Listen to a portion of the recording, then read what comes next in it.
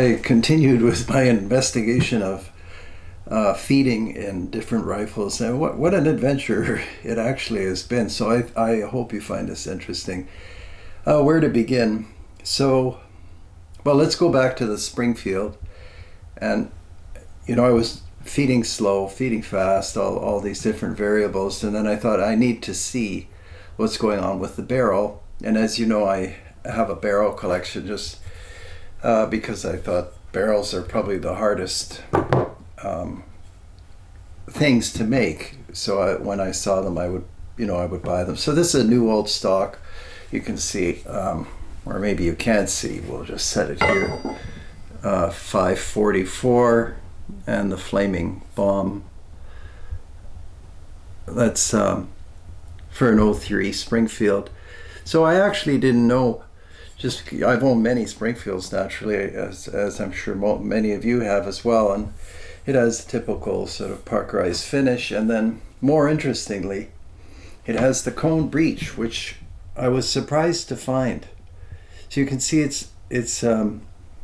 the cartridge is going to be sitting in there, in the chamber, and the base of the cartridge is going to be sticking out of the chamber to some extent because the extractor has to grab that rimless case by the rim, which is a contradiction, but that's just how the words fall.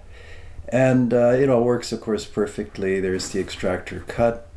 And the Springfield, which I don't have on the table, is about as smooth feeding as the pre-64 Model 70. But I took out the other pre-64s I have. Sometimes I have a few around, but now only a 270 and a 30-06 and a 243. And again, I thought I must have some barrels, and I do. So this is a new old stock 270 Winchester Model 70 pre-64. And I think that the most recent versions have a coned breech, but somebody told me they've got a flat breech, and I sold all the control round feeds Model 70, so I can't check. I kind of looked around on Google, but there was contradictory information. They may have abandoned the cone breech, but that's the pre-64 Model 70. And I guess, in short, that's the reason that these are nearly perfect feeders. That is a far more severe cone than the Springfield, and there's just no place on the pre-64 for a bullet tip to get caught. So yeah, that's an easy story to tell. It's just superb. And you may remember we tested the 243, and I had the same experience with the 270 and the 30-06. Those rifles, you actually don't really even feel the round feeding. So, but there may be other coned breech guns out there. I don't know. But I thought I'll share the rest with you since I learned it myself. So this is 7x57 off of a Brazilian Mauser. You can see the old solder marks for the sights that used to be on there. Again, it's a new old stock, and you can see the Mauser is flat. And I tried a few Mausers that I have around. They work great so long as you punch that bolt. If you go slow motion, a lot of them, the bullet gets caught and slightly deformed, and actually still feeds, especially if you back up about a 1/4 inch or less and take another run at it. But if you vigorously move the bolt forward, it usually finds its way in. But it's nothing like the pre-64, where, those Winchester people knew what they were doing. They could have made this barrel the same way as the Mauser, and so they thought they'll put that cone breech in there. There's a theoretical possible weakness there because the cartridge head is not fully in the chamber, but at that point in the cartridge case, it's all solid brass. I never hear of any problem. Anyhow, that's the pre-64 and the Mauser. Then someone asked me to test the 303 British, so I usually have some jungle carbines around. I try to buy the ones, you know, where people have put scope mounts, because the imperative seems to be for most people that they be untouched. I don't see why. The action is excellent, and if somebody put a scope mount on for me and I get the rifle or the carbine for a lot less, well, it's fantastic. So feeding with the 303, of course, very reliable. This is an interesting, and I'm going to show you a barrel in a second. This is interesting system. Again, rapidity of movement is important. Don't be hesitating with the bolt movement on the 303 British, and make sure that, you know, each cartridge is placed in front of the cartridge below, because otherwise your rims get tangled up.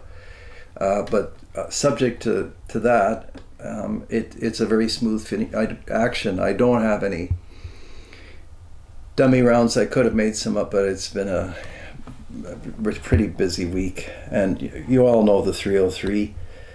So kind of give marks wise, I tried to get it to jam, and I, you know, I couldn't. So it's, I think, and isn't this one of those rifles, you know, that you can shoot? Probably I think it's the fastest bolt action rifle. Yeah, because of that, the way the bolt operates. So 303 British is excellent. Oh, and I went to the trouble, I did get the Steezer from last video. That's a 243, and that's in the bolt of a pre-64 Model 70, and you can see how the lugs are shaped to fit that cone breech. So I mean, they thought of everything, and you can feed a pre-64 in slow motion and it still feeds perfectly.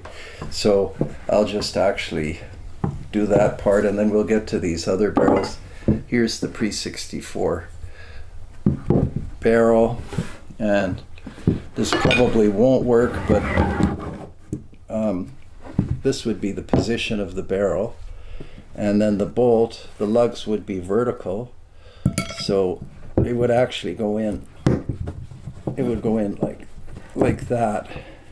Get that extractor lined up. That's how that would sit. A lot of people think their lugs are horizontal, like this way, because that's how it rides in the bolt, but of course they turn, and that's the position of everything at the moment of firing.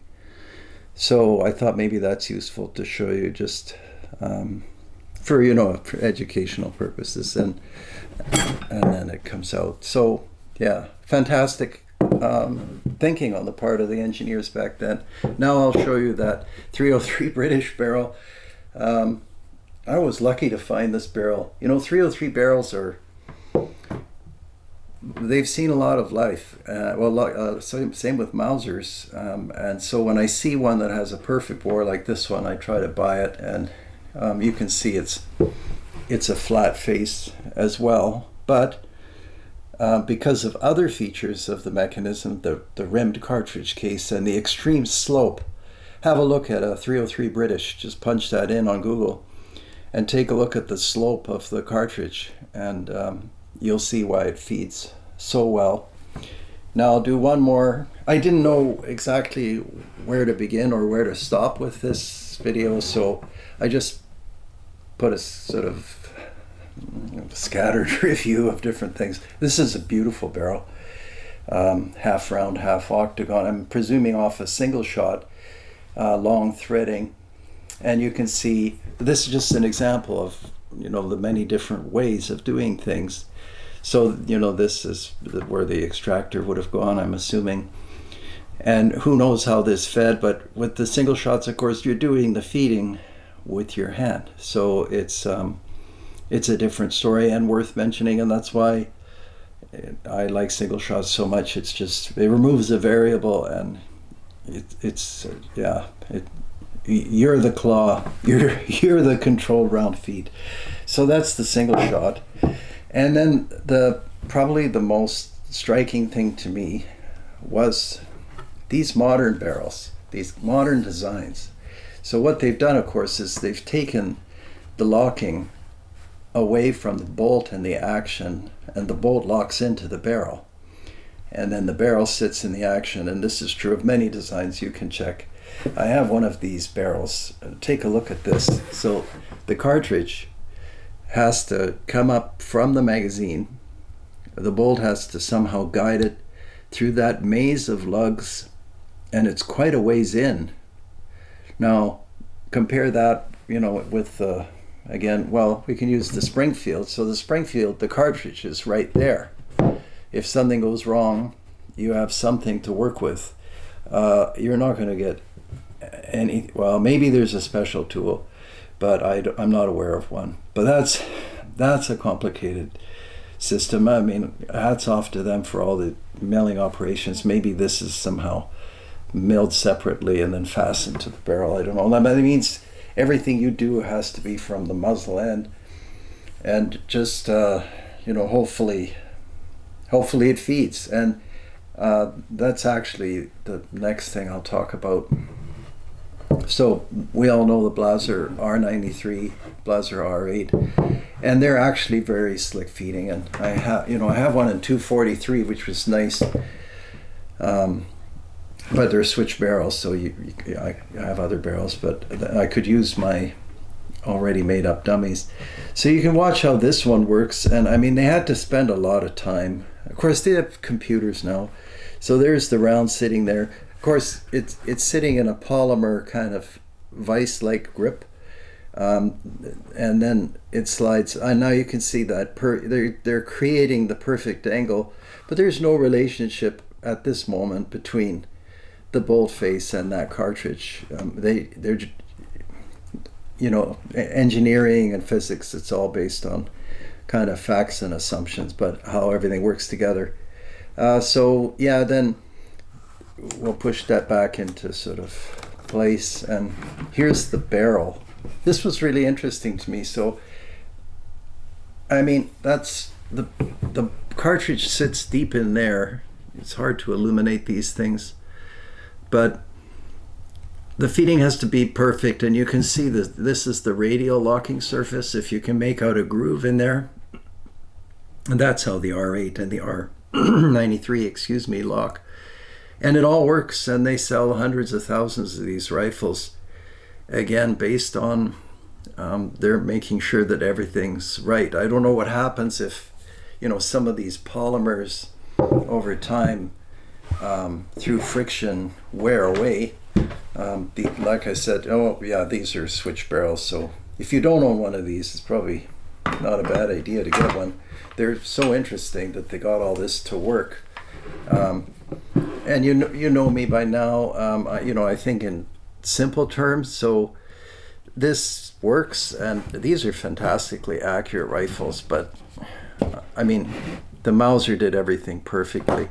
Trying to rest it. So let's see, how could we film this? Maybe like this, and now you can see, and then now it's completely loose, and then it gets picked up, and now we're locked.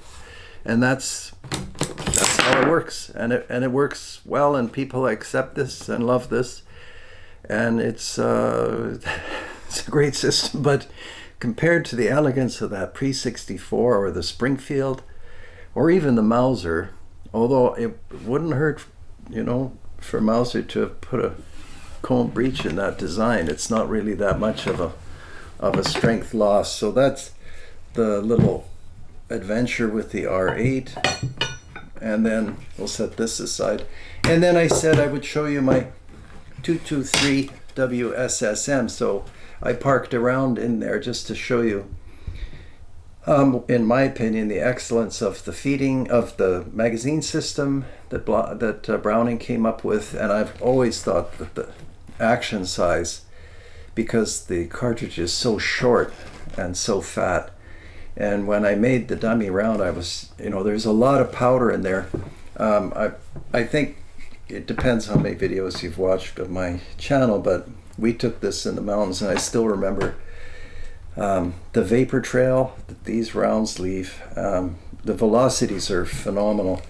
And I remember we that day we we used as a target, I probably told you, an empty propane cylinder, and these rounds are traveling so fast that steel just collapses in front of them. Anyhow, that's enough mattering. So yeah, click and lock. You can load it from the top.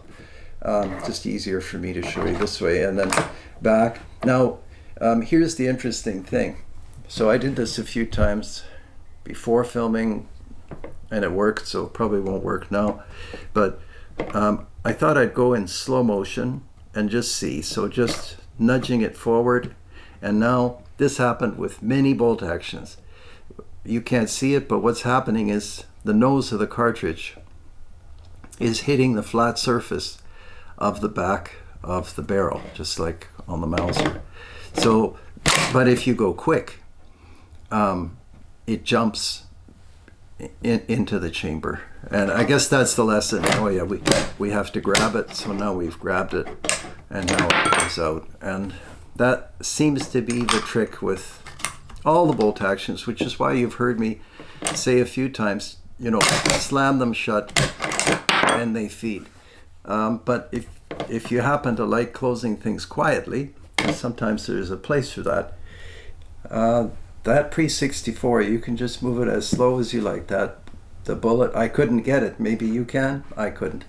The bullet just is going to follow it's a funnel, the shape that feeds. Anyhow, and that bolt is from this rifle, which is that 243 that I showed you before. I'm not the best collector. I don't study dates of manufacturing. I like all the pre-64s. Anyhow, I hope that's useful. I should say I tested the T3, the T3X, a whole bunch of Zaurs, the Bernos. They are all excellent. The Zauer 80 and 90 are particularly smooth feeding. The Steyrs, we talked about them with the rotary magazines. The Ruger American is, I mean, we could go on with this endlessly, but I just invite you to, you know, have a look, kind of look at things as if you're a scientist, you know, and see what's actually happening. And I'm surprised more doesn't go wrong given the way things are set up, except for the original Mauser design and the pre-64. And there are lots of others that are quite similar, or even copies, and they would be equally excellent. All right, well, it's certainly not a big adventure video, but hopefully it's interesting for you. All right, well, as always, take care until next time, and stay healthy and happy. We'll see you soon.